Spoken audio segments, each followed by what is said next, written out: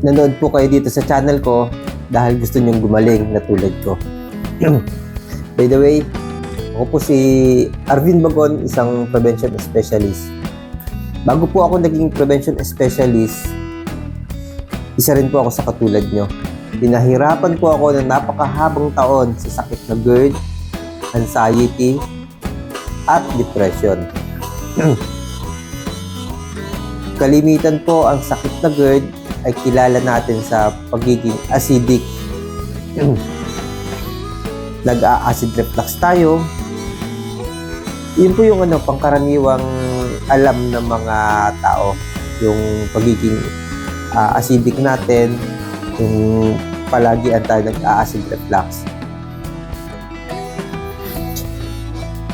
Ang mga nararanasan nating acid sa ating katawan, ito po ay reaksyon ng ginagawa natin sa araw-araw.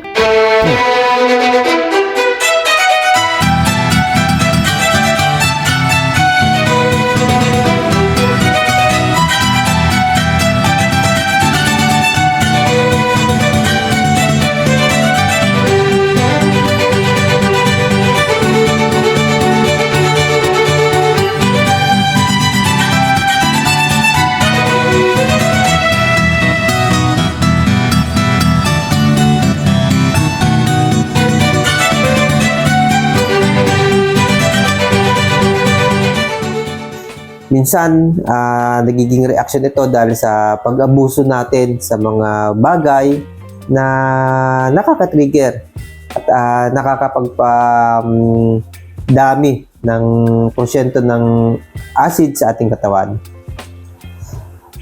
Ang dami po ng acid ay dapat po ay balanse sa dami rin po ng alkaline sa ating katawan.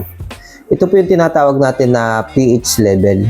Dapat po ay nasa maayos na balanse lang ito. Ang pagkakaroon po ng acid, tumataas po ito, pangkaraniwan po sa lahat po ng tao. May sakit po man tayo ng GERD o wala, nagkakaroon po tayo ng kondisyon ng pagkakaroon ng acidity. Ito po ay isang reaksyon ng ating katawan. Kaya po pag pinag-usapan natin ay tungkol sa acidity o kaya ay acid reflux, masasabi ko po na normal ito sa bawat isa sa atin. Nagiging sakit lang po ang usapang acid kapag naging GERD po ito. Ang GERD po, ito po yung hindi na kayang kontrolin ng ating katawan para maibalik ang pagkakaroon ng pH level at namamatawi po sa ating kaibuturan ng katawan ay yung pagtaas ng asido. Yun po, ibig sabihin, tulad ng sinabi ko, hindi na po makontrol ng katawan natin, hindi na po ito maibalik sa normal. Ang katawan po natin ay may sariling kakayahan na inormal ito. Maglalabas siya ng dami din po ng alkaline sa ating katawan at i-increase niya para maibaba po yung acid. Nangyayari po sa katulad natin na mataas na yung acid, yung may GERD na, hindi na po kaya. Ang ginagawa po natin dito, kung hindi na kaya ng katawan natin na may irregular ito, tayo na po mismo. Tayo na po mismo. Kung yung sistema po ng katawan natin, hindi na po kaya niyang i-regulate ang tamang dami po ng asido sa ating katawan, tayo na po mismo,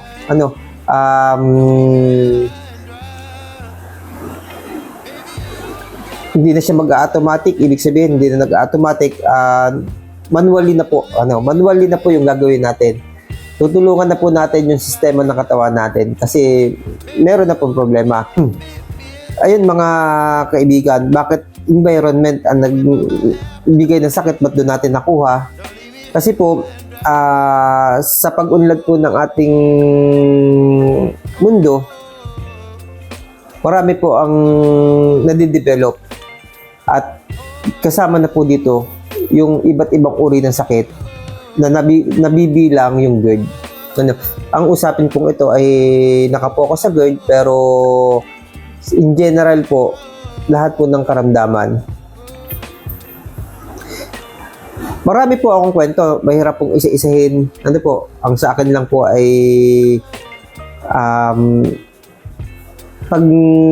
para malaman natin kung paano natin yung step by step ng paggagamot ano po sa ating sakit na GERD.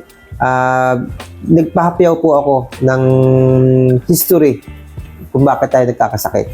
Ano po? Ngayon po, andito na po, may GERD na tayo. Ang kailangan nating gawin ay pagalingin ito. Sabi ko nga, andito ka sa channel ko, pinanood mo ang video ito kasi dahil gusto mo rin gumaling na tulad ng nararanasan ko. Sad to say, talagang napakahirap ng may GERD. At sad to say din na talagang ang sakit na to ay chronic. Kaya dun sa sinabi ko kanina na hindi na siya normal na nagre-recover, hindi na siya automatic, kailangan ng manually kasi nga chronic na po siya. Ang sakit pong GERD ay kasama po yan sa chronic disease.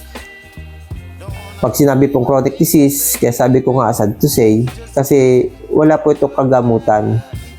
Pero nakokontrol natin. Yun na nga po yung sinasabi ko kanina na manually. Manually natin gagawin. Hindi na yung sistema ng katawan natin ang gagawa. Tayo na mismo po ang gagawa para kontrolin, para maibalik yung tamang pH level ng ating katawan. Step by step, siyempre, kailangan po mai-regulate natin. Unang-unang gagawin natin, tanggalin po natin yung sintomas. Diyan po tayo papasok sa usapin ng doktor. Pero marami sa atin, minsan nawawala na ng tiwala sa doktor kasi pabalik-balik yung sakit. Ako, mahigit 30 years, 33, 34, 35, mga ganun. Ayaw ko nang bilangin eh. Nung haba nung sakit na pinagdusahan ko. Nagdusa talaga ako. Ganun po talaga. Lahat po ng may sakit na GERD ay nagdudusa. Kasi sobrang hirap talaga. Ewan ko yung ibang karamdaman, pero pagdating sa GERD, talagang masasabi ko kasi karanasan ko, sobrang hirap. Ganun po kahaba na wala akong kaalaman sa sakit na to. Hindi ko napapagaling sa 30 taong mahigit po. Hindi ko po siya napapagaling. Pabalik-balik, hindi matatapos ang isang buwan nang hindi ko nararanasan yung hirap. Dumaan po yung mahigit 30 taon. Ganun po yung naging buhay ko. At marami pong pangarap ang nawala. Nawala talaga. Ang pagpapagaling po ng GERD ay tulong po ito ng mga tao na nagdaan sa ganitong sakit. Kasi kaya na po nating ipayo sa mga kaibigan natin kung paano tayo gumaling. Simple lang po ang pagpapagaling pero mahirap din pong gawin. Yun nga po, ang una, magpapagamot po tayo. Huwag po tayong mawawalan ng pag-asa na hindi tayo gagaling. Sa mga doktor po natin, kailangan magtiwala po tayo. Yung gamot po na binibigay sa atin, ito po ay para sa mga sintomas. Ang target po ng gamot, tanggalin po yung sintomas ng GERD. Lagi ko po itong binabanggit sa mga vlog ko. Pero hindi po niya ginagamot, tinatanggal yung GERD. Sintomas po talaga yung tinatanggal nung gamot na iniinom natin. Ngayon mga kaibigan, paano tayo gagaling kung hindi pala gagaling hindi pala napapagaling ng mga gamot? Sabi ko nga po kanina, chronic. Chronic po, wala pong cure. Pero sabi ko din po kanina, may kakayahan ng katawan natin. May kakayahan ng katawan natin na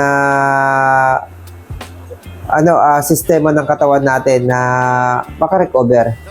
Ang sistema po ng katawan natin ang nagpaparecover sa ating mga karamdaman sa ating katawan. Ang gagawin lang po natin, pagkatapos po natin na sundin ang doktor, ang pag-inom ng tamang gamot, kailangan po natin ayusin yung lifestyle natin. Hanggang hindi po natin inaayos ang lifestyle natin, hindi po tayo gagaling. Ngayon, para doon sa mga kabataan, ang kinagis ng lifestyle, itong lifestyle na nakikita natin, mahirapan po talaga kayo. Buti na lang po, nandito kayo at nanonood ng channel ko. Kasi hindi po ito yung lifestyle na para sa katawan ng tao. Hindi po ito yung lifestyle na nakadesign para sa katawan natin. Ang nakadesign kong lifestyle para sa katawan natin ay unang-una maarawan. Marami ng kabataan na hindi nakakaranas na maarawan. Ang gusto nila, halos ayaw na nilang pawisan. Natatakot na silang pawisan kasi aamoy. Ayan. Kailangan pawisan pa rin tayo. Kailangan natin ng exercise. Ang kabataan po ngayon, hindi na po kilala ang exercise. Lalo na yung paglalaro. Iba na yung kinagisnan na gawain paglalaro ng mga kabataan. Nasa kabilang sulok pa lang, may kapit na gadget. Yun na po yung paglalaro. Kailangan maging active pa rin tayo sa sports. Yung sports na napapawisan tayo. Yung libangan na kailangan natin pagpawisan, kailangan po yun ng katawan natin. Pangatlo po, kailangan po natin ng tamang pagkain. Yung kinagisnan po ng mga kabataang pagkain, nakakalungkot man po, dala po ng makabagong panahon, pero hindi po siya yung nakadesign sa katawan natin. Totoo po. Kaya pag po nagkasakit kayo, pag nasa doktor na kayo, ang layo ng pagkain na kinakailangan. Nahihirapan tuloy tayong mamili kung ano yung dapat nating kainin. Ang nakadesign po sa katawan natin ay tamang nutrition. Ang nutrition po na kailangan natin ay makikita lang sa gulay, sa prutas, at ilan sa mga karne na kailangan ay may limitasyon tayo kasi ang karne po masyadong matataas po sa mga protina, vitamins, etc. Mas mataas po kasi siya. Ang katawan po natin hindi design para dyan. Tayo po ay hindi carnivorous. Yung mga hayop po na carnivorous, kaya po nilang i-sustain yung utunawin, yung mga nutrient nun. Pero tayo pong tao, hindi po. Kaya kinagisnan na rin po natin pagkain yan. Kaya hinahinay tayo dyan. Ang magandang gawin natin, ang malakas nating kuhanan ng pagkain sa gulay at saka sa prutas. Kapag po nagawa natin yan, magkakaroon po tayo ng tamang sustansya ng napapasok sa ating katawan na kailangan ng ating katawan. Pero hindi po doon natatapos yung prepare natin sa ating sarili para malabanan yung sakit, para mawala yung GERD. Hindi pa po doon natatawas. Kaya nga, ang sakit pong ito, kailangan ay meron tayong patient. Kailangan marunong tayo maghintay. Hindi po ganun kabilis. Kasi yung kinakain natin, kinasanayan natin pagkain, ito po ay mga junks. Ito po ay mga basura. Hindi po ito tanggap ng ating katawan. Ngayon po, na-stuck po ito sa katawan, nagiging toxic po ito sa katawan. Yung toxic po na nasa katawan na natin, na tayo din ang may dahilan, yan po yung kailangan nating linisin. Ano, hindi porke kumain na tayo ng masustansya na sabi ko ay kailangan ng katawan natin, gagaling na tayo. Hindi pa po doon natatapos. Kailangan mo pa rin pong maglinis. Kaya nga po, dahil sa dami ng sakit ngayon, nauuso na po yung mga detox. Ngayon, mahal yung detox na nabibili sa merkado, sa mga networking kalimitan, yung mga food supplement na nakakapag-detox ng ating katawan, ay talagang hindi natin halos kayang bilhin, tayong mga pangkaraniwang mamamayan. Marami pa rin pong pang-detox. Halimbawa, mga tea, mga cha, o kaya halimbawa ay pineapple. Mag-research po kayo sa Google o kaya sa mga dito sa YouTube kung ano yung pwedeng detox. Hindi din po pang isang araw lang yan. Pang matagalan din pong gagawin yung pag-detox. Kasi matagal din po nating inipon yung toxic sa ating katawan. Isa po yun sa magandang gawin. Pangatlo po, dagdag na protina pa rin po, vitamins. Manggagaling po yan sa mga sa mga herbal natin, yung kinagis na nating mga herbal. Ayan po may mga yan po yung pagkain. Yan po yung may mga vitamins na kailangan ng katawan natin. Yung iba po, gumagamit po ng synthetic, pero yun nga po, may konting side effect ang mga synthetic. Maging gamot man yan, maging ang vitamins man yan, meron po may side effect. Kaya nga, ang turo ko nga po, vitamins naman, makukuha natin sa mga pagkain. Na regular na nating kinakain, yung mga sinabi ko kanina, gulay, tsaka prutas, andun na yan. Ngayon, siyempre, hindi naman makakapagbigay ng ganun agad kalakas na vitamins yung mga ganung gulay. Pwede tayo mag-synthetic. At yung synthetic na yan, hindi naman natin gagamitin pang matagalan. Pag nakakaramdam tayo na nagre-recover tayo, lumalakas tayo, pwede natin unti-unti tanggalin yung synthetic na vitamina. Regular pong pag-inom ng tubig ang nalilimutan din natin. Lalo na pagka nag-gadget tayo, hindi natin alam, halos maghapon na pala hindi tayo nakakainom kundi sa pagkain laang. Dapat regular tayo nakakainom ng tubig kasi lalo na nakakapagpasok tayo ng toxic sa katawan. Unang-una, at hindi po pagkain ang nilagay natin sa ating katawan, kahit magandang pagkain nilagay natin sa ating katawan, nagkakaroon pa rin po tayo ng toxic. Yung ating sinisinghot, ini-inhale natin, inihingan natin, polluted po. Kaya kailangan pa rin, ang pinaka number 1 na malakas na pag-detox, tubig. Ngayon kung madaming klase po ng tubig, ito po ay na-vlog ko na.